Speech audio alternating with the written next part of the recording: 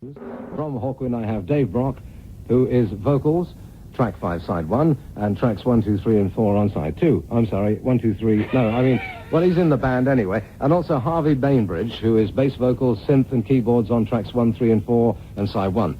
Now, the most constant thing about Hawkwind is the ever-flowing, ever-changing membership of the band. But the one constant thing is Dave Brock. It's also quite amazing that the sound still remains the same. Yes. Well, it did veer off, actually, in 1976, you must have it, but... It did a bit, yeah. It's come back again now, so it can't be bad. The fans don't leave either, do they, Harvey? No, they seem to get more and more so. You know, they get younger and younger as well, of course. You see, it's their parents, you see. Well, I mean, we convert their parents, and they convert their kids, and then that's the way it goes. Well, then, I think what it is that they come and enjoy being excited. I mean, we've got a really good light show now. I mean, we've sort of been hustling this for a long time, and it's sort of... This year, it's back to what we really wanted it to be, you know. And next year, it's going to be even better. Mm. But, I mean, this time, we've got a really good liquid light show with wonderful things happening. I mean, they know they can come and see a really good show when they come and see us. That's what it's all about, really. In the end, I mean, that's got to be it. I mean, when you always had a pretty good light show, and you had, what was it, Liquid Len at one time. Yeah. I mean, you were famous in '69 when you started in Notting Hill Gate. Yes. You were famous for having psychedelic images all over the wall. And it'll all happen again. Mm. But it's happened so many times, and you've been there and back and there and back. And when you actually start looking at the number of times that your previous record companies have re-released your albums. Yeah. I mean, one of them's been re-released 3 times, I think, by UA. Yeah. I bet you they do it again. I bet they do it again. Yeah. In fact, are there any record companies left that you could go to? I mean, you're on RCA at the moment. You mean who'll have us? Well, we're signed to Active, actually, which is Kingsley Ward's label. Which is Rockfield. Rockfield, yeah. Let me talk to you about Michael Moorcock, this science fiction writer that is pretty constant as far as your creative output is concerned.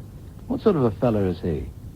He's quietly witty, I would say. He quietly does his things, but then all of a sudden he jumps up and he does something totally out of character from the quiet person that you spoke to 5 minutes before. Mm. It was a lot of fun when we were doing this LP down in Wales. When he arrived, he came down to say hello, and we asked him to guest on a track, didn't we? Yeah. Asked him to sing coded languages on that.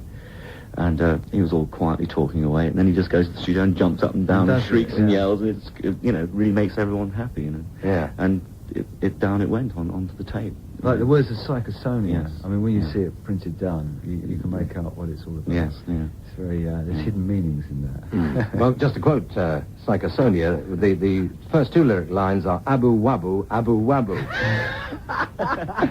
Now, well, that might sound silly to you, but in actual fact, if you take the first letter, right, of A, of these syllables, you see, they all make a word. So each one of those, Abu Wabu, Abu Wabu, Abu Wabu Wabu, Abu Wabu Wabu, and then Mabu Dabu, Mabu Dabu. and then you go Kata bata. Kata bata. And you take the first letter of each of those syllables, and it makes, I forget what the word is, but... it's the next bit. It's some sort of a science fiction anagram. It's a message. It's Yeah, a message, it's a basically. One thing that you've always had a lot of call for, and is evidenced on the inner sheet that's with your album, Sonic Attack. I mean, you've got the Hawkwind magazine, the Hawkline Hawkwind lyrics, right? T-shirts, and you also indicate, you say, P.S., watch out for the Church of Hawkwind album. Yeah. Now, you've always been over the top, but this is really going over the top. Get up off the floor, come on. You mean our new religion? No, it's an electronic album that we were working on that we've nearly finished, so we decided to put that down as well. When you say electronic, totally instrumental? No, it's not. No, Actually, it's not. No, it's we're using chants. In fact, there's one track off there which we've taken and put on there because we reckon it went with the flow on one side. Which is Virgin of the World, which we're going to play later on. But at the moment, we're going to play the title track of the album, which is called Sonic Attack. When did that first come out, Sonic Attack? Early 70s? Yeah, that's right, yeah, early 70s. I mean, Mike Moorcock used to do that on stage with us, and then Calvert used to do it as well. When people have seen you on this tour, you've just done 2 gigs in London, who actually is on the stage now, besides the 2 of you? Well, there's Martin Griffin on drums and Hugh Lloyd Langston on guitar, and that's it. So you're just a 4-piece now? Yeah. No dancers? Well, actually, we did. We were going to have dancers, but we couldn't afford it because we've got the light show, we've got lasers and all sorts of things like that. And maybe the next tour, we'd like to have 2 dancers. We've got, doing some really good things. You're not going to get, Stacia back?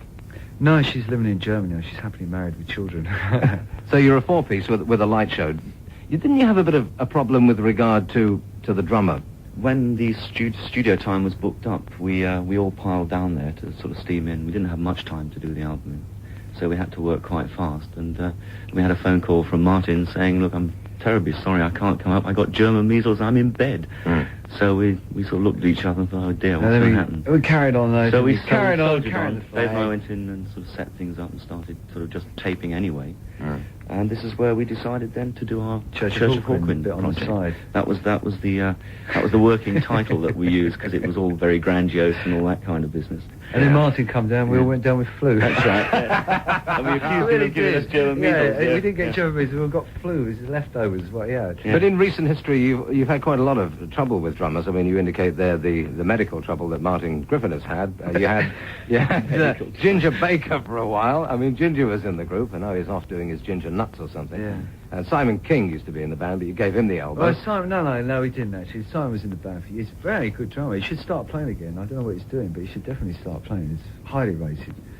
One thing, I mean, are you rich? No, not really. Well, I mean, our money actually goes back into what we're doing half the time, you see.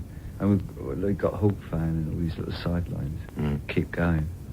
I mean, not rich. Look at us. Do we look like rich men?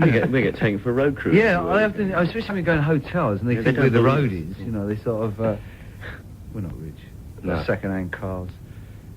In fact, that's what I was doing, actually, earlier on this year. Selling Yes, second-hand cars because we never had any money. Would you buy a second-hand car from this man? Yes, sir. Yes, you would, because it always goes. What about a tour next year with a bigger light show like what you want, Mr. Brock? Yeah, well, it'll probably be this time next year. I mean, we'll do a real science fiction one this time, where we can get all the things we want. We had to really hustle for this one. Yeah, we had to work quite hard. What we wanted was we had to compromise on lights and sound. We've got half and half at the moment because we want to do a lot of really weird things with sound effects as well. We want to do a 360-degree light show, so we can actually spiral sounds and actually make the light spiral with it, so people just sit there and go with, whatever's going on. We can do it. We know we can do it. It's just finance. It's really... For those... a fortune, eh? For those technically minded, we worked out quite a nice way of getting a quadraphonic effect in the hall without actually using a full-blown quadraphonic PA, which could, I think for the next time out is going to take a lot of people by surprise. Yeah. I think. Are you going to take the band as it is at the moment across the continent of Europe? And what about the States? Are they going to get you again? I hope so, yeah. I think they may be... There's quite a few people actually being in touch with us about doing the tours at the States. But then we have this light show, which, costs money to get over there. Yeah. A lot of money to transport. So we need someone over there to hustle for us, and we'll do it. Just like you've been doing it for years. Yeah. Thanks very much for your time. Congratulations on the success of the album.